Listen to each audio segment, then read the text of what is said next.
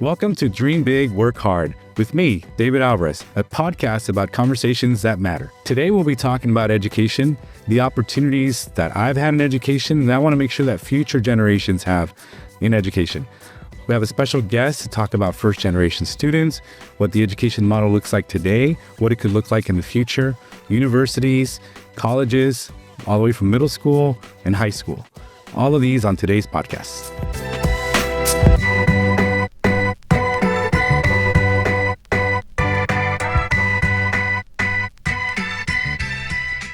Hi, I'm David Alvarez, and today we're having a wonderful conversation about education. You know, I get asked a lot about what education means to me, and the truth is that I share with people is that I wouldn't be where I am today if it weren't for the education opportunities that I've had. That's why I'm so passionate about this issue. That's why I work on this issue on a daily basis in my day job, my work in Sacramento as a legislator, as chair of the budget committee on education. How can we provide more opportunities so that students like myself, who maybe were the first in their family to have the opportunity to go to college, who are an English language learner as I was, maybe a student who lives in poverty as I did, who had parents who did not have higher education, how do we make sure that more of those students have access to education so they can pursue their dreams, their goals, and pursue the opportunities that this country provides? And so this is a topic that matters a lot to me because of that reason. And so I'm really, really excited today to be talking about education with someone who I get a chance to talk about education on a regular basis, who's doing amazing work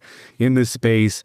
Today, I'm talking to my wife, Xochitl Alvarez, who works with first-generation students who, like her and like me, are the first in their family who are on that trajectory to go to college, who have parents who have high dreams and aspirations for their kids and work really hard in order to provide those opportunities.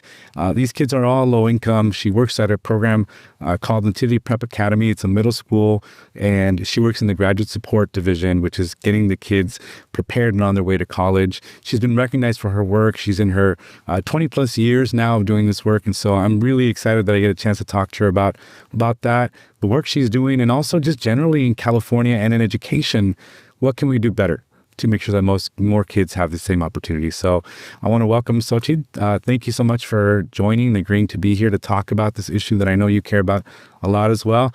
I'd love for you to share with you a little bit more about what you do in your role and let people know exactly what your work is about.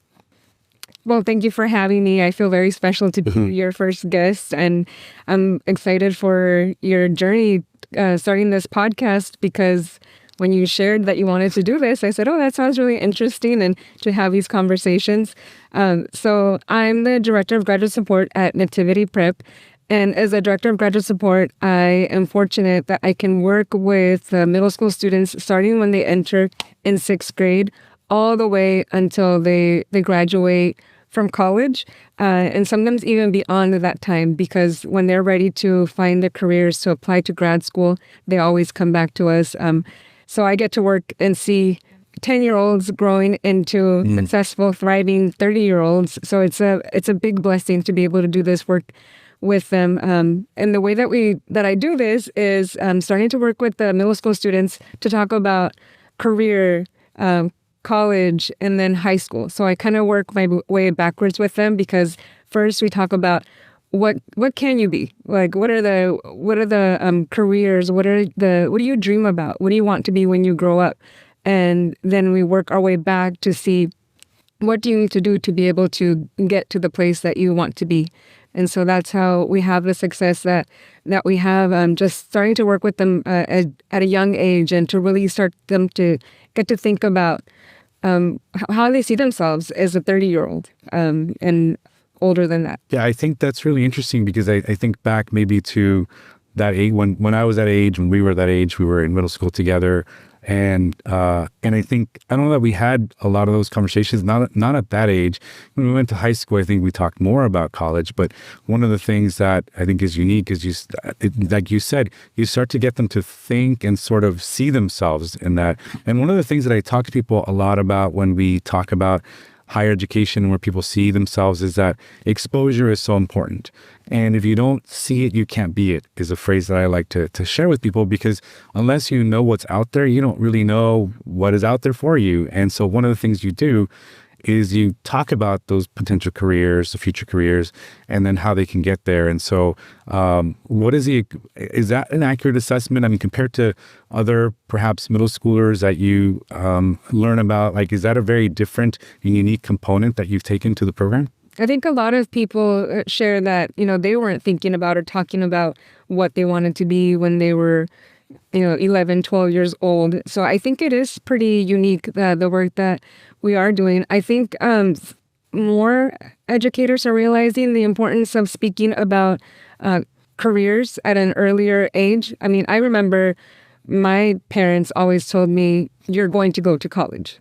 They didn't know how I was going to do it. They didn't know what I was going to study. They always just told me, you are going to college. And the belief that they had in me that I would go to college, I think that motivated me because they believed that I could do it. And so that's kind of the same thing that I want to share and pass along to my students, the belief that I believe in them, and therefore, because I believe in them, that they should believe in themselves, and they all have the potential to be able to achieve those dreams. And I think that's really important because we still see, whether you're an English language learner or someone from a low-income family or, from a particular community, you still see those barriers out there. I mean, we see them in the statistics. We know who's going to college and who isn't.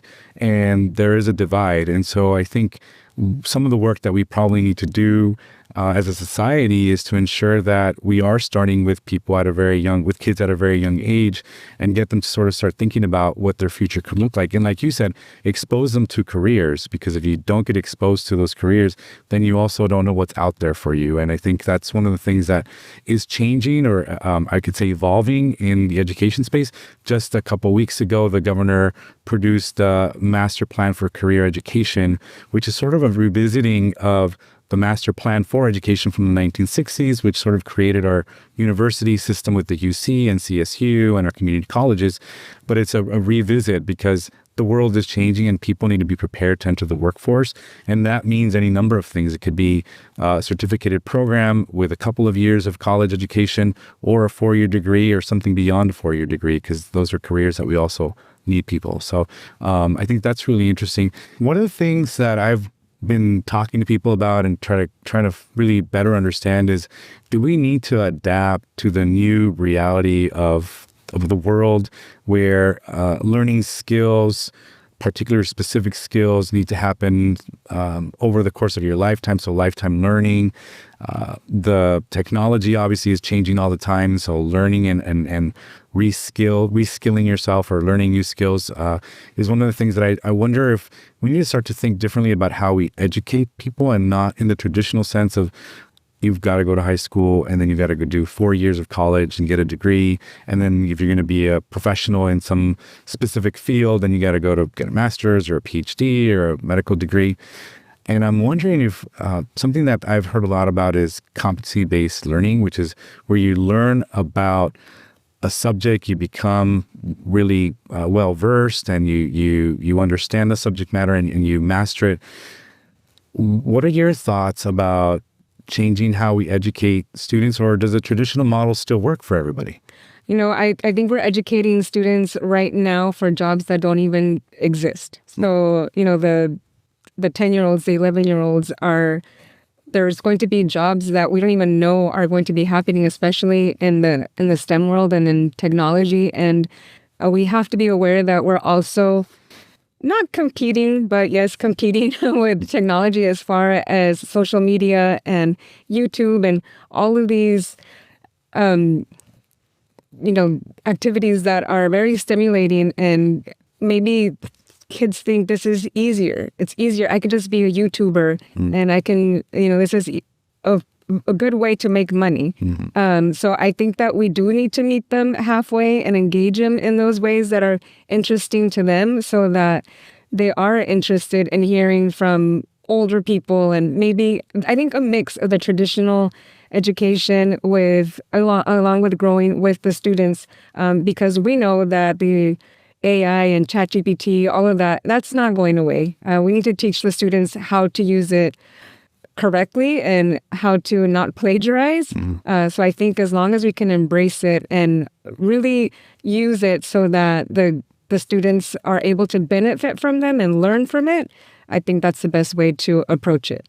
Yeah, that reminds me, and I do want to talk more about that, but it reminds me of the bill from last year that I know I talked to you about, which was trying to create bans or more limitations on the use of cell phones because in school settings, because of the distractions that it creates. And not to mention social media applications and the research that has demonstrated that the use of social media, particularly for kids under the age of 16, has a tremendous impact. I know that we've talked to our daughter Isel about, and we don't allow social media apps for her yet. She's not 16 yet. In fact, she didn't get her first cell phone until she was 15 and in high school because we wanted to make sure that we were avoiding the use of that technology. And I know that a lot of parents struggle with that. Do you see that some of your families that you work with, some of the students that you work with, have a struggle with technology and social media just generally and impacting their education? Absolutely. Unfortunately, the majority of my students, even the middle school students, have a cell phone. And, the students are there from 8 o'clock in the morning until 5 o'clock in the afternoon. Like, really, they don't need a cell phone. But sometimes they don't know how to manage those interactions outside of school. When we were their age, if someone was bothering us, they were bothering us and we were getting bullied during the school day. But the bullying and the harassment continues online. And so it can be happening all night long where people are talking about other people. So it is a negative thing for a lot of people. So we need to teach children how to manage it and how to use it.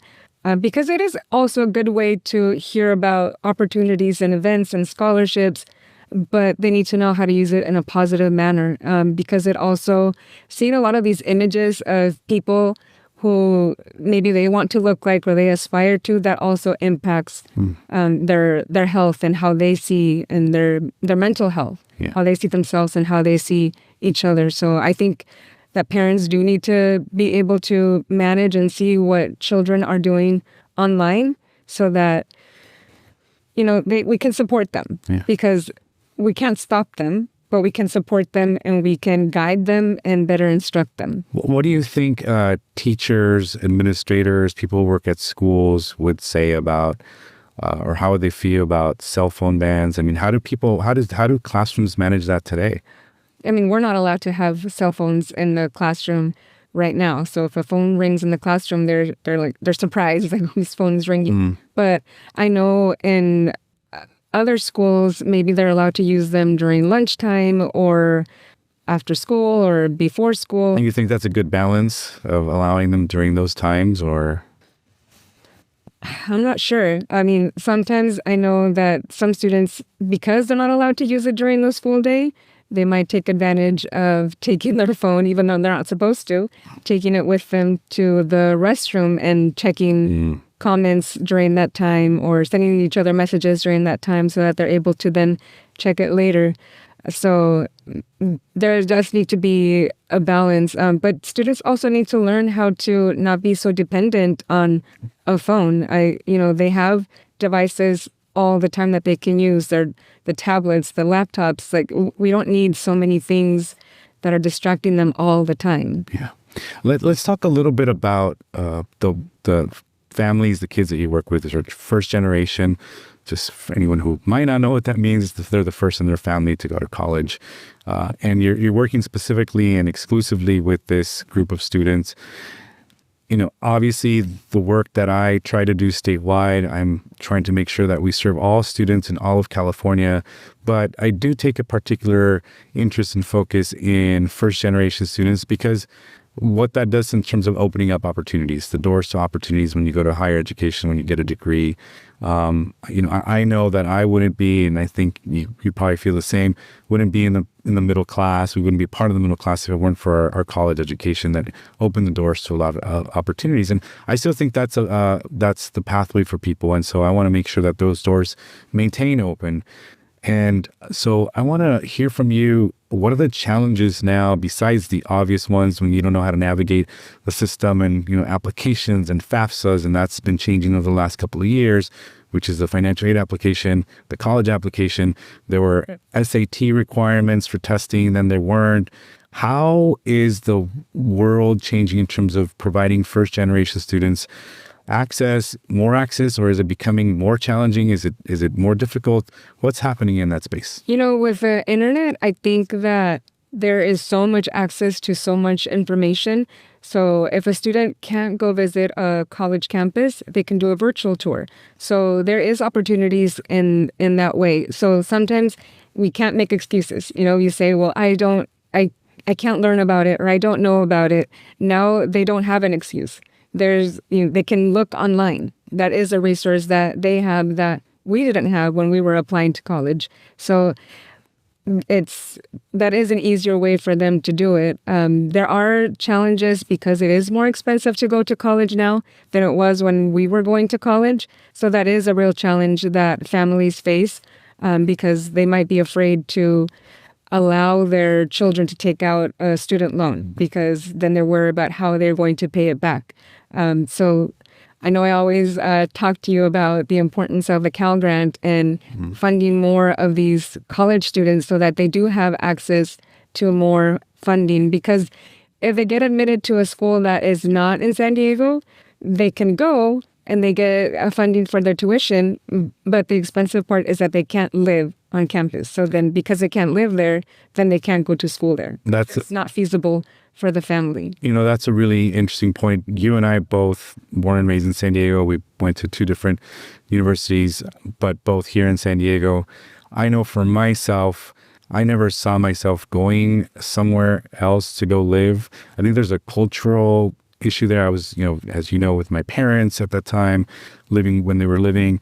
And so I never saw myself going away. I kind of felt like I'd be almost like abandoning my family. And so I think there's a cultural barrier that exists also for first-gen students who feel like, okay, my parents are sacrificing a lot. Like how am I still part of the family unit without...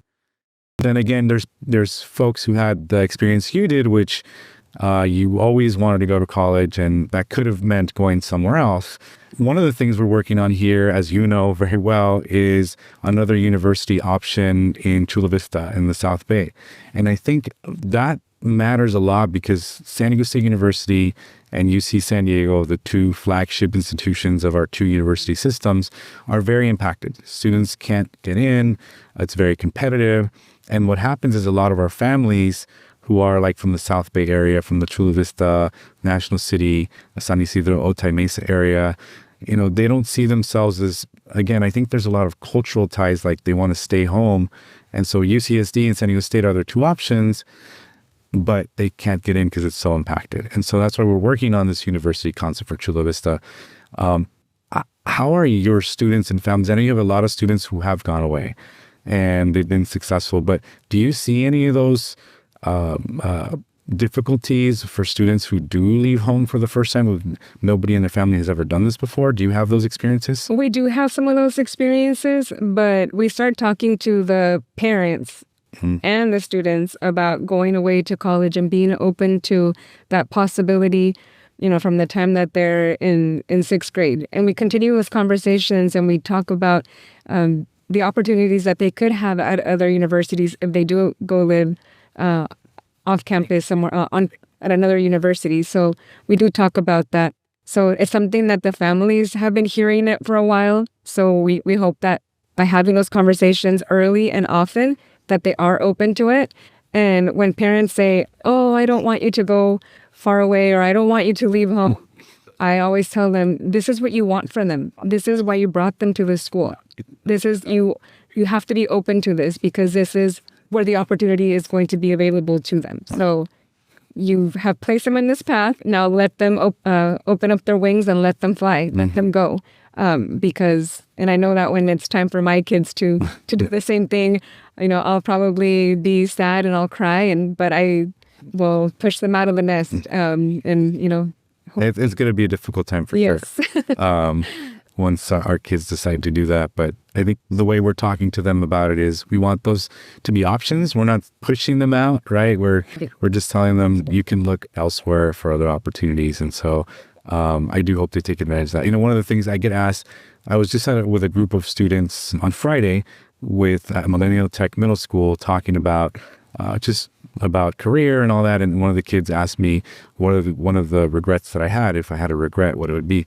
And I don't know that I've shared this with you, but I share it with almost every student that I meet with. A lot of my interns, when I have one-on-ones with them and coffees, I shared my biggest regret was not going away and doing an abroad program when I had the opportunity. It was like my third or fourth year in college at San Diego State, and it was in the psychology. My degree's in psychology, so in the psychology department had a semester abroad in London, and I would have gotten all the classes that I needed to graduate, and I never did it. And so it's one of the biggest regrets. So I tell every young person, go and do an abroad program, and so to your point of when our kids, when they're there, you have to walk the talk, right? If I think it's good for other kids, it's going to be good for my kids to go and have those experiences. Do you have students who have had abroad programs? They're first generation students. So tell me about what they've shared. I had the opportunity to study abroad, and that is one thing that I also wish that I would have taken advantage of. But I don't know why I was in such a hurry. I thought I have to graduate in 4 years. Now I tell my students, it's okay to take your time. There is no timeline. No one's telling you that you have to graduate in 4 years from college. And I do encourage them to study abroad. So they have been to Spain, to places in Mexico, to Peru, so Germany. So they have been to a lot of places, and they have been able to expand their horizons just by going to those places. And their college scholarships and their grants cover it. So they should definitely take advantage of it. Tell me a little bit more about the impact that you have had at your school, not just you, but your program at the school has had. I know you just yesterday celebrating what you call the 11 years. Tell me about 11-year commitment. Talk to us about what that 11-year commitment, because really that could be true for any one of us with kids in middle school to start to get us thinking, okay, yeah, we want to worry about college, but there are steps along the way, and that's what you do with the students. Tell me about that 11-year commitment and what those foundational steps are for kids who, otherwise, if you look at the statistics, if you're first generation or low income like your students are, the statistics aren't with you that you're going to make it and graduate from college, yet you're seeing pretty significant success rates. Tell me about that. We have a class for the students starting in the 6th grade. And so they start working on their resumes. They start working on scholarship applications, even as 6th graders, and they research a career that they're interested in, and then they present everything that has to do with the career, and also even if they're the wages that they'll make, if there's going to be job openings in that career that they have selected. So they present that to the school, and then I'm going to interrupt you there because I think as you talk about this is something every parent can do. Everybody who's got a kid who's a 6th grader. For California Career Zone. Okay. There's a lot of information on that website. So anyone can access that website and find really easy, accessible information about any career. Yeah. So what I wanted to say in addition to that is that there are people who actually pay for services like the one that you provide free of charge to all the students who attend your school. But there are now an entire industry on getting kids sort of prepared to go to college and make them competitive to go to college. So even at the young age of 11, 12 years old, when they're coming into middle school, you actually can have the conversation with them about careers and exploration. And it's maybe something that maybe we ask our kids, oh, what do you want to be when you grow up? Which is, I think every parent does that. But you can actually go to this website that you mentioned, and you can probably have a more in-depth conversation with students. Yes, and you can even look at budget. So we also talk about what will it be like to live on your own and independently. And through that website, we're also able to use the budget planners so that they can see themselves and as young adults and owning a house and owning a car. And so all the things that they need to be working on. And we also talk about the education that they will need. So that's why we research the colleges that they might want to go to. And then, they have different opportunities with the high schools that they will be applying to, and we support them through the time that they are in high school with different workshops once a week. We expect them to return to Nativity Prep for their workshops as high school students, so that we can continue to work with them and support them and continue to be engaged, and just make sure that they're also a part of their high school community, that they're getting the grades that they are going to need to open up the more doors as possible. So I tell them, the better your GPA, the more doors you will have open to different opportunities. And then we even visit them when they go off to college. We visit them at their college campuses, and we send them care packages. So, we just really continue to support them throughout the time. And they always know that we're going to be there for them, that they can always come back. And if you've seen those posters where what does success look like? And people think it's one straight trajectory, but it's not. There are some obstacles that the students will have to face.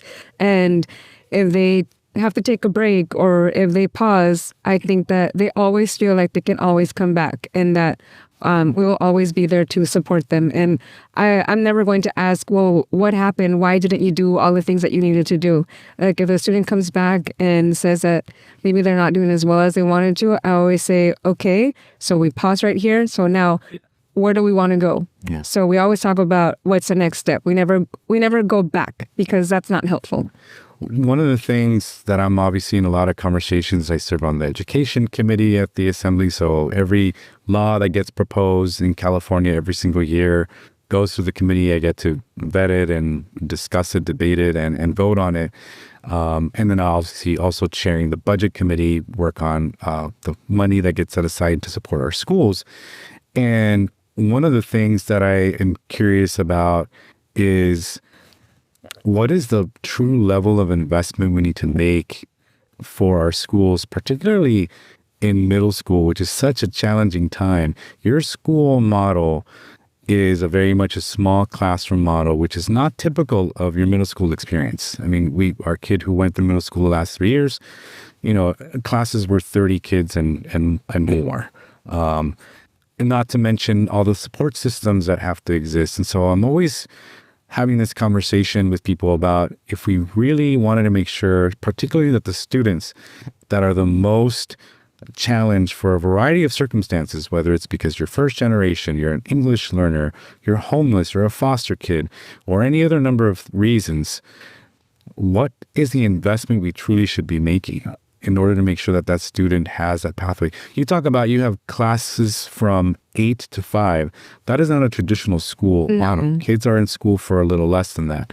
I know you also have summer programs where learning continues, because we've heard that there's a summer slide. The kids lose a lot of learning through the 3 months often that people have off during the summer.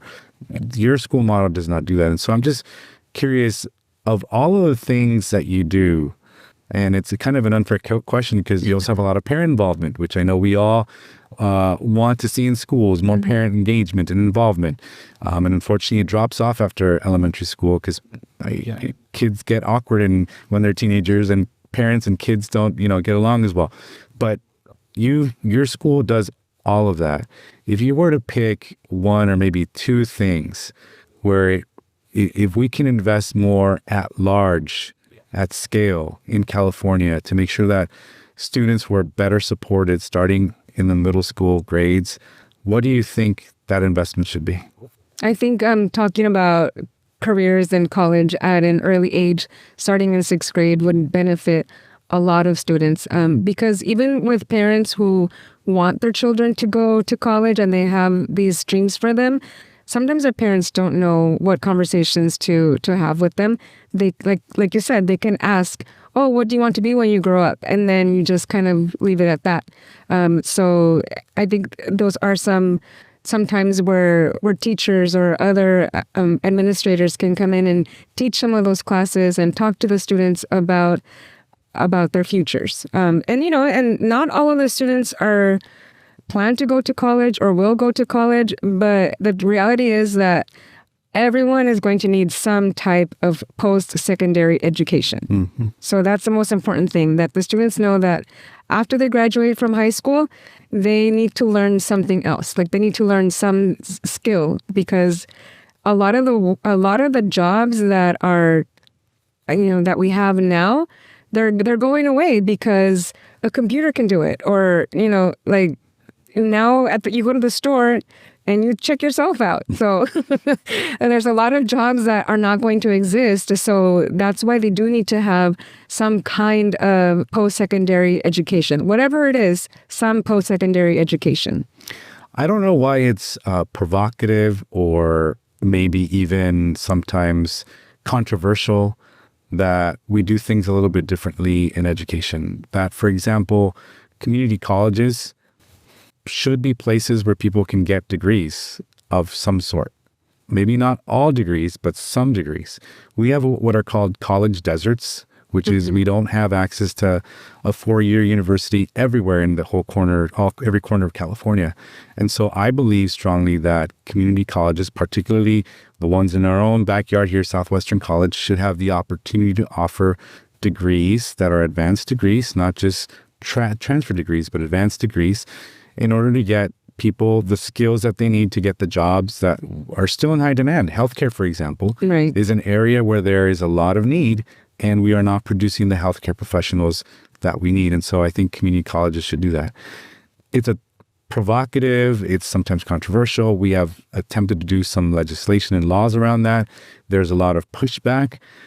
What are your thoughts on our community college system? You've had some students who've come through community college. Some have gone straight to a 4-year institution. What are your thoughts on doing education a little bit differently? I mean, I always tell my students that everyone should complete a community college application because, when they come home for the summer, they can always take 1 or 2 courses at the community college to help them advance. So if they, especially if they don't have an internship or a job that they're working on, they should be taking advantage of their summer and learning something during that time. And I know that there are some community colleges that do offer some bachelor's degrees. And I think that if the community college is able to do it and it has the ability to provide these bachelors, I think that we should take advantage of it.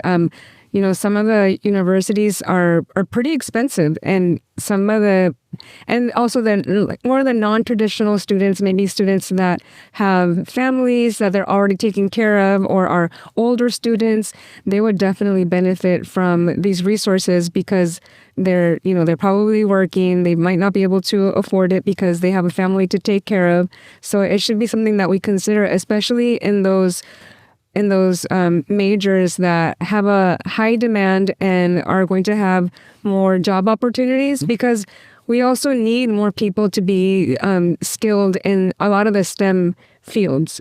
Because as we know, the way that we're going, if we're not educating more students, we're not going to have the workforce to do some of the jobs that are needed and that we're going to require. So we need to invest more in these students so that they are able to obtain a bachelor's degree if that's what they desire. And if the community college is able to do it, I think it's a great place for students to learn. So I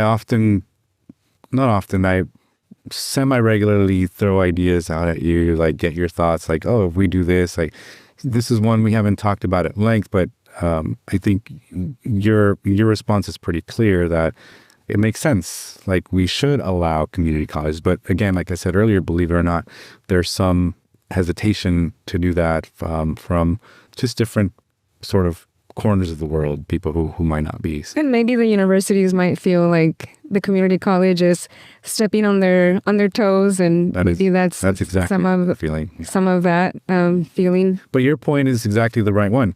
We have a demand for workforce, and we need to be producing those workforce. And so when they can't get into a UC or a CSU, their next available, in my opinion, the next available affordable higher education that we have to offer publicly in California is a community college. And so we need to make sure that they have the tools available in order to provide.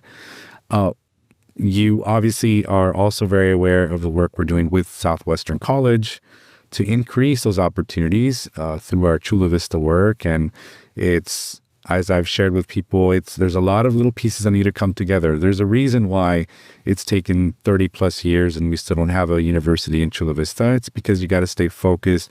You got to stay really attentive to all the little things that you need to do. And oftentimes they're really unsexy and nobody really knows what they are. I've got a couple of bills almost every year that are pieces and components of making sure that we're on the pathway to a university in Chula Vista.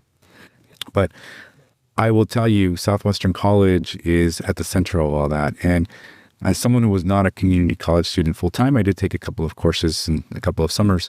I have come to value community college much more now in my role because they provide the education, as you said, to the non-traditional students, to the working parents, to people who have jobs, who other things happen in life, and now they want to get back into education. So I think we need to start thinking towards our community colleges and centering the work that we do in higher education around them a lot more. And that's why we're doing the work that we're doing in Chula Vista with the university. What are your thoughts on this idea that we have of this university, which would be a combined, UC, CSU, community college, Mexican universities coming together to provide opportunities? And as someone who's been in education and you send kids along more traditional paths, if you will, towards higher education, what are your thoughts of this untraditional model that we're working on? I think it's exciting. There's going to be challenges because there's so many cooks in the kitchen. There's always going to be challenges, but I think it's exciting and it's going to provide options for the students to be able to take the courses or the path that they desire. Because if all those institutions are in one campus, then they can take advantage of multiple areas of the institution. So hopefully the colleges are able to work together and work well together and support one another and not see each other as competition, but as allies that can work together to produce excellent students to be a part of the workforce. That's what we're hoping for. So tell me about the actual building of the universities and how that's all going to happen. Like, where is that funding coming from and how is that all happening? Yeah, we need to invest in education facilities generally. A lot of the facilities were built in the 1960s, and we see that out in the community. So I was proud to support Sweetwater High School District down in the South Bay to invest more into some of their facilities for their schools that are in most need of repairs. And then Southwestern College also had a bond measure on the ballot, which I also supported, and the voters agreed with us. And so they both now have money to build new facilities. And particularly Southwestern College is looking at our university site as how could they potentially place a Southwestern College building on that site so it could be part of the university efforts. And that's why the integration of all the universities and the colleges is so important, and the collaboration is so important. In addition to that, I have a bill right now that is going to work through the legislative process, which is looking to put a bond before the voters of the state of California in the next year's election in 2026, where we would all vote as Californians to see if we want to invest in the UC, CSUs, and our community colleges as well, because UCs and CSUs also have a lot of facilities that are outdated, that need to be improved. And in addition to student housing, those are all things that are currently in our ballot measure, our bill, which will end up becoming a ballot measure, go before the voters as a proposition once it's all finished and voted on by the legislature. But again, we need to invest in new technologies and upgraded space. As you were talking about earlier, without students having the technology and the skill sets that they need, they cannot compete out in the workforce. And so that means our classrooms have to be equipped with the right types of technologies and the right type of learning environments that then they can apply all that to the real world. And can you tell me why was nursing selected as the first major for the Southwestern College? Yeah, nursing was one that was ranked as a top priority career that was in high demand and need of students or graduates. And this was all very done with a lot of thought. So we didn't just pick it randomly. There was a whole analysis that was done about looking at the San Diego region and looking at what the needs are. And the healthcare need just generally has a lot of demand for workforce. And nursing in particular is a program that already exists at San Diego State University. They wanted to grow it, but they are limited also in their space on the current campus.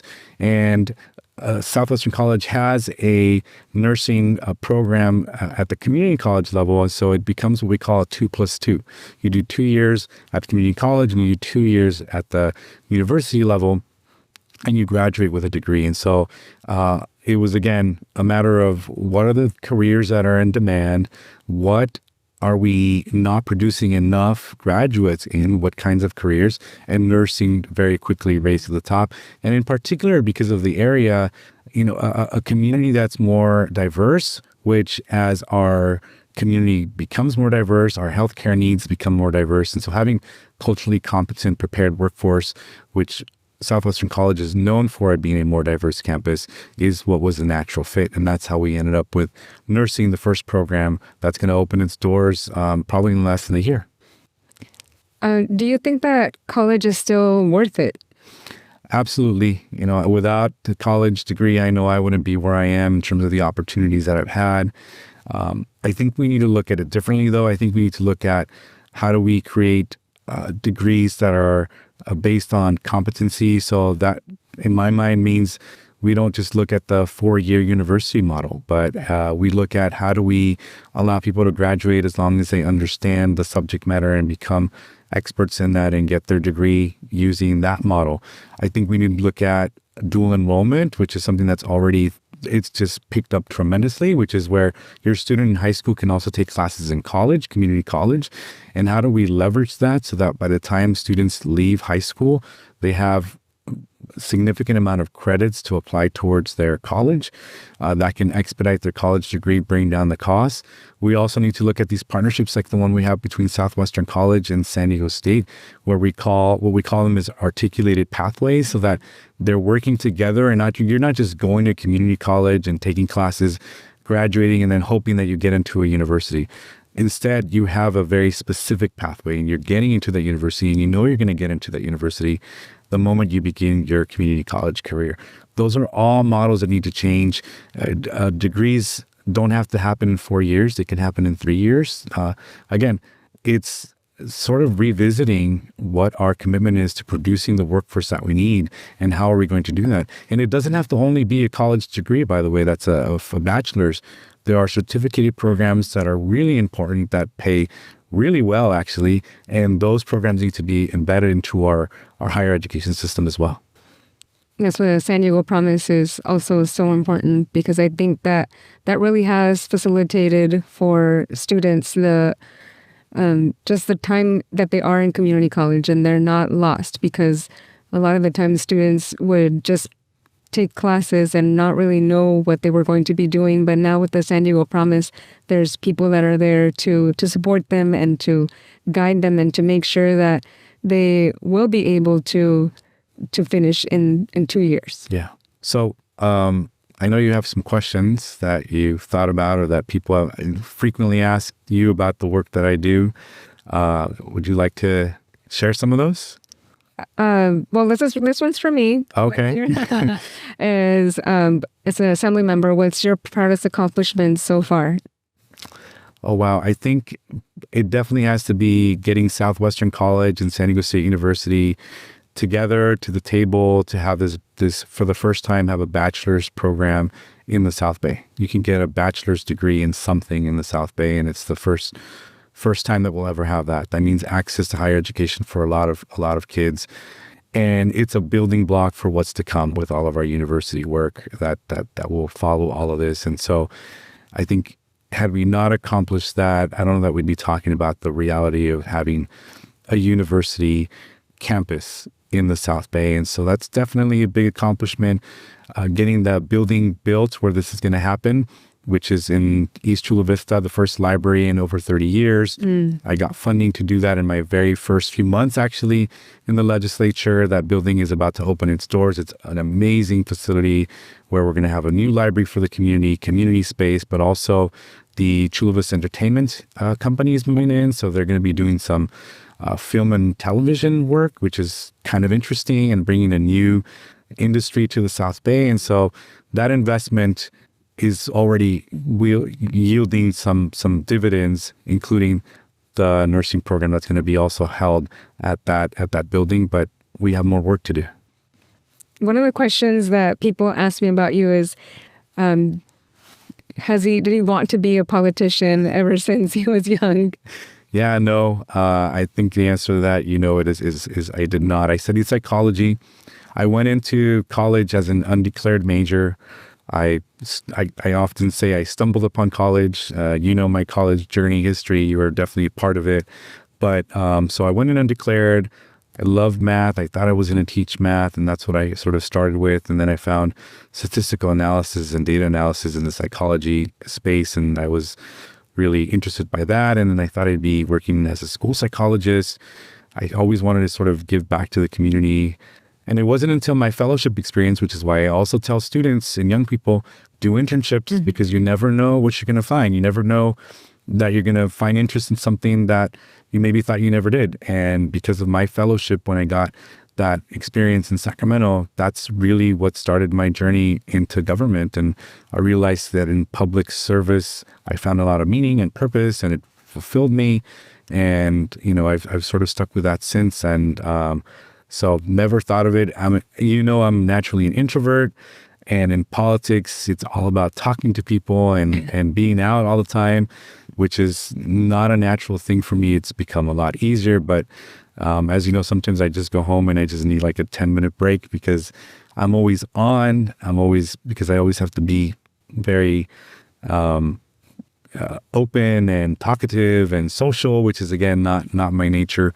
But it's really good work. I feel really satisfied, and I feel that there's more to be done. And so that's what inspires me to keep going. And how does your faith play a role in the decisions that you make? Faith is definitely important to the decisions that I make. I think I go back to my experience with the Ignatian exercises that I did, the spiritual exercises. As you remember, when I left office after serving on the San Diego City Council for 8 years, it was like 2 days after that I left on the retreat, 8 days of silence. And that was a real formative period for me. I learned a lot about just reflecting and praying and thinking about the decisions that I make. And so ever since then, I feel like in life, I've been able to make some decisions. What I always say is with a lot of peace, which means regardless of the outcome, regardless of whether I won because what I voted for was what won, or I lost, that wasn't going to matter. And so when I approach things in that way, which is I do that, 99% of the time, my faith is integral to allowing me to just keep going forward, because there are a lot of stumbles and there are things that you're not able to succeed in when you're in politics because you don't get your way. I'm one of 80 assembly members. I have to convince 40 others to support what I want to do, and that doesn't always happen.